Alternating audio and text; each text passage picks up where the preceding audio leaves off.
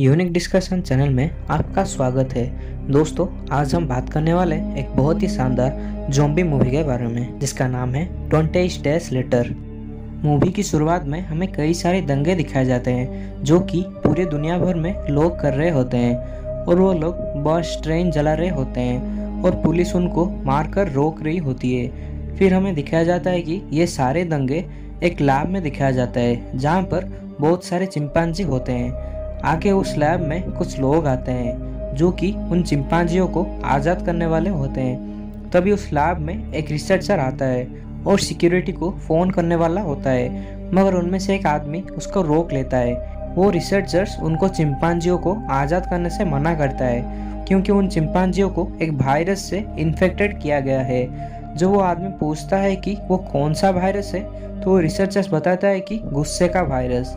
तभी एक लड़की उन चिंपांजियों का पिंजरा खोल देती है तो वो चिंपांजी उस लड़की पर हमला कर देते हैं। वो रिसर्चर्स बोलता है कि चिंपांजी के साथ उस लड़की को भी मारना पड़ेगा क्योंकि अब वो लड़की भी इन्फेक्टेड हो चुकी थी। जब वो रिसर्चर्स उस लड़की को मारने के लिए जाता है तो वो लड़की उस रिसर्चर पर हमला कर देती है क्योंकि वो लड़की वायरस से इन्फेक्टेड होकर ज़ॉम्बी बन चुकी थी। अगले सीन में हमें 28 दिन बाद की सीन दिखाई जाती है जिसमें हम देखते हैं कि एक लड़का हॉस्पिटल के बेड में बेहोश पड़ा हुआ होता है और उसको होश आता है। होश आने के बाद वो इधर उधर चारों तरफ देखता है मगर कोई भी उसे नहीं दिखाई देता है, इसलिए वो अपने रूम से बाहर आता है और तभी भी उसको कोई नहीं दिखाई देता है। इसलिए वो हॉस्पिटल के एंट्रेंस के पास आता है और वहाँ के फ़ोन से कॉल करने लगता है मगर कॉल किसी को भी नहीं लगता है। फिर वो वहाँ पर रखे ड्रिंक पीने लगता है और कुछ ड्रिंक अपने साथ लेकर वहाँ से चला जाता है। वो पूरे शहर में घूम रहा होता है मगर तभी भी उसे कोई नहीं दिखाई देता है। उसे समझ में नहीं आ रहा होता है कि सारे लोग कहाँ चले गए हैं। फिर वो एक चर्च के पास जाता है जहाँ पर वो देखता है कि कई सारे लोग सो रहे होते हैं। तभी वो उनको हेलो बोलता है तो उनमें से कुछ लोग उसे देखने लगते हैं। तभी उसे दरवाजे के पास कुछ आवाज़ आने लगता है। जब वो दरवाजे की तरफ ध्यान से देखता है तो उस दरवाजे से चर्च के फादर बाहर आते हैं और उसकी तरफ गुस्से के साथ तेजी से बढ़ने लगते हैं। उसको कुछ भी समझ में नहीं आ रहा होता है, इसलिए उसने उस फादर को कैन से वार कर देता है और वहां से भागने लगता है। तभी उसके पीछे बहुत सारे ज़ॉम्बी पड़ जाते हैं और उन सब से भाग ही रहा होता है कि तभी उसकी मुलाकात एक लड़का और लड़की से होती है जो कि उसे ज़ॉम्बी से बचाते हैं और वहां से उन दोनों के ठिकाने पे ले जाते हैं। वो दोनों एक दुकान में रह रहे थे। फिर वो तीनों आपस में बात करने लगते हैं। तभी हमें पता चलता है कि हॉस्पिटल से आया हुआ लड़के का नाम जिम होता है और उसे बचाने वाले लड़की का नाम सेलिना और लड़के का नाम मार्क होता है। जब सेलिना उसे पूछती है कि वो कौन है तो जिम बताता है कि वो साइकिल में कुरियर पहुंचा रहा था। तभी उसको एक गाड़ी ने टक्कर मार दी और जब उसका होश आया तो उसने खुद को हॉस्पिटल में पाया और तब से उसके साथ अजीब घटनाएं हो रहे थे। फिर वो तीनों आपस में बातें कर रहे होते हैं। तब मार्क और सेलिना जिम से बोलते हैं कि उन दोनों के परिवार मर चुके हैं और उनको लगता है कि जिम के परिवार भी मर चुके होंगे। तभी जिम अपने मॉम और डैड को देखने के लिए जाने के बारे में बोलता है।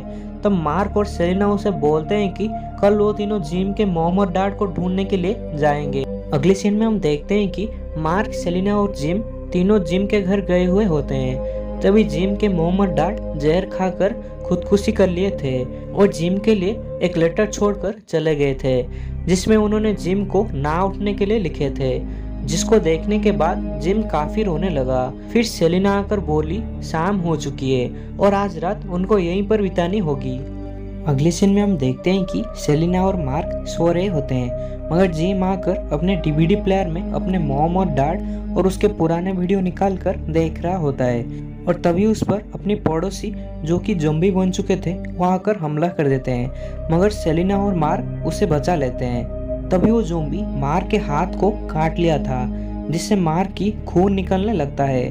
मार्क ज़ॉम्बी बन पाता उससे पहले ही सेलिना उसको मार देती है और जिम को लेकर वहां से चली जाती है। वो दोनों जा ही रहे थे तभी उनको एक बिल्डिंग में लाइट दिखाई देती है और तब उनको पता चलता है कि उस बिल्डिंग में कोई रह रहा है, इसलिए वो दोनों उस बिल्डिंग में जाते हैं। थोड़ी फ्लोर चढ़ने के बाद जिम बहुत ही थक जाता है वो दोनों आराम करने के लिए थोड़ी देर रुकते हैं, मगर तभी उस बिल्डिंग के नीचे से बहुत सारे ज़ॉम्बी आ जाते हैं और उन दोनों पर हमला करने लगते हैं। वो दोनों ऊपर की तरफ भागने लगते हैं। तभी एक आदमी पूरी तैयारी के साथ खड़ा हुआ होता है और उन दोनों को अपने रूम में जाने के लिए कहता है और खुद ज़ॉम्बी से लड़ने के लिए तैयार होता है। जब सेलिना और जिम उसके कमरे में पहुंचते हैं तो वहां पर उस आदमी की बेटी होती है जो कि उन दोनों को अंदर नहीं आने देती है।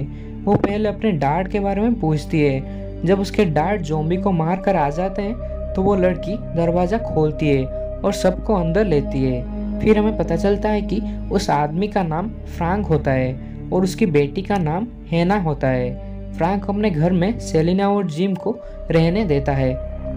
अगले सीन में हम देखते हैं कि जिम और फ्रैंक बिल्डिंग के छत में गए हुए होते हैं जहाँ पर काफ़ी सारे बाल्टी रखी हुई होती है बारिश की पानी भरने के लिए, मगर काफ़ी दिनों से बारिश नहीं हो रही थी।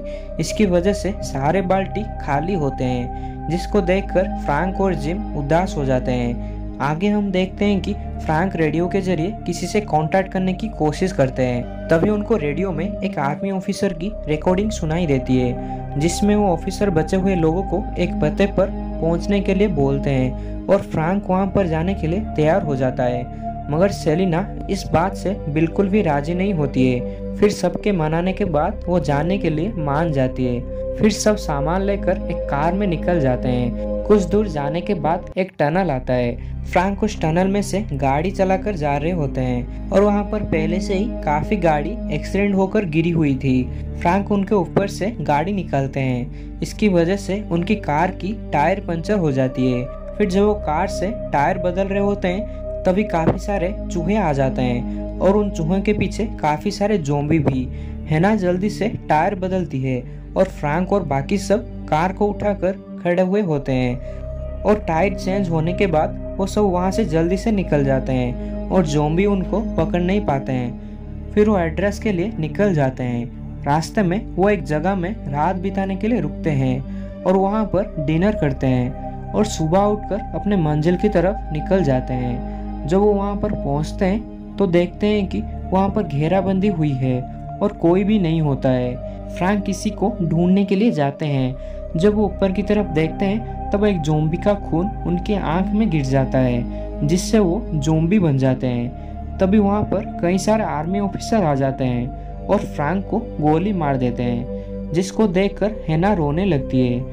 फिर आर्मी ऑफिसर उन सबको अंदर ले जाते हैं। वहां पर उन सब की मुलाकात मेजर हेनरी से होती है जो कि उनको वहां के हालात के बारे में बताते हैं और पूरी बेस घुमाते हैं और सबसे मिलवाते हैं और आखिर में मेयलर से मिलवाते हैं जो कि एक सिपाही हुआ करता था और अब वायरस से इन्फेक्टेड होकर वो ज़ॉम्बी बन चुका था। मेजर हेनरी बोलते हैं कि वो 2 दिन पहले ज़ॉम्बी बना था और वो उसका सिम्टम देख रहे थे ताकि इस वायरस के बारे में जान सके। अगले सीन में हमें रात का डिनर दिखाया जाता है जहाँ पर सब बात कर रहे होते हैं और खा रहे होते हैं। तभी वहाँ का सायरन बजने लगता है क्योंकि वहाँ पर ज़ॉम्बी आ चुके थे, इसलिए सब ज़ॉम्बी को मारने के लिए चले जाते हैं। ज़ॉम्बीज को मार के आने के बाद उनमें से एक सोल्जर सेलिना के साथ बदतमीजी करने लगता है। तभी एक और सोल्जर आकर सेलिना को बचाता है और वहाँ पर मेजर आकर सबको अपना अपना काम करने के लिए बोलते हैं। तब मेजर हेनरी जिम से बोलते हैं कि वो एक फेक ट्रांसमिशन था जिसके जरिए वो अपने सोल्जर्स के लिए लड़कियां बुला रहे थे और जिम और बाकी सब अब फंस चुके थे। फिर जिम वहाँ से भाग कर आता है और सेलिना और हैना को लेकर वहाँ से जाने लगता है और तभी एक सोल्जर उस पर हमला करके उसे घायल कर देता है। ये सारी बात को एक सोल्जर विरोध कर रहा था। इसकी वजह से सभी जिम और उस सोल्जर को एक जेल में रख देते हैं और सेलिना और हैना के साथ मिसबिहेव करते हैं। अगले सीन में हम देखते हैं कि 2 सोल्जर्स जिम और उसके साथ बंदे सोल्जर को लेकर जंगल में जाते हैं उनको मारने के लिए। वो उस सोल्जर को तो मार देते हैं मगर जिम वहाँ से भागने में कामयाब हो जाता है। फिर वो उस बेस में जाता है। फिर सेलिना और हैना को बचाने के लिए एक प्लान करता है। वो बेस में बंदे ज़ॉम्बी मेयलर को छुड़ा देता है जिससे वो सब पर हमला करने लगता है। दूसरी तरफ वो भी बेस में घुसकर सबको मारने लगता है और सेलिना और हैना के पास पहुंचता है। आखिर में मेजर एक कार में हेना के साथ भागने की कोशिश करता है और तभी हेना कार को ज़ॉम्बी के पास लेकर चली जाती है, जिससे ज़ॉम्बीज मेजर पर हमला कर देते हैं और वो तीनों वहां से भाग जाते हैं। अगले सीन में हमें एक पहाड़ी जगह दिखाया जाता है जहाँ पर एक घर में सेलिना कुछ सिल रही होती है।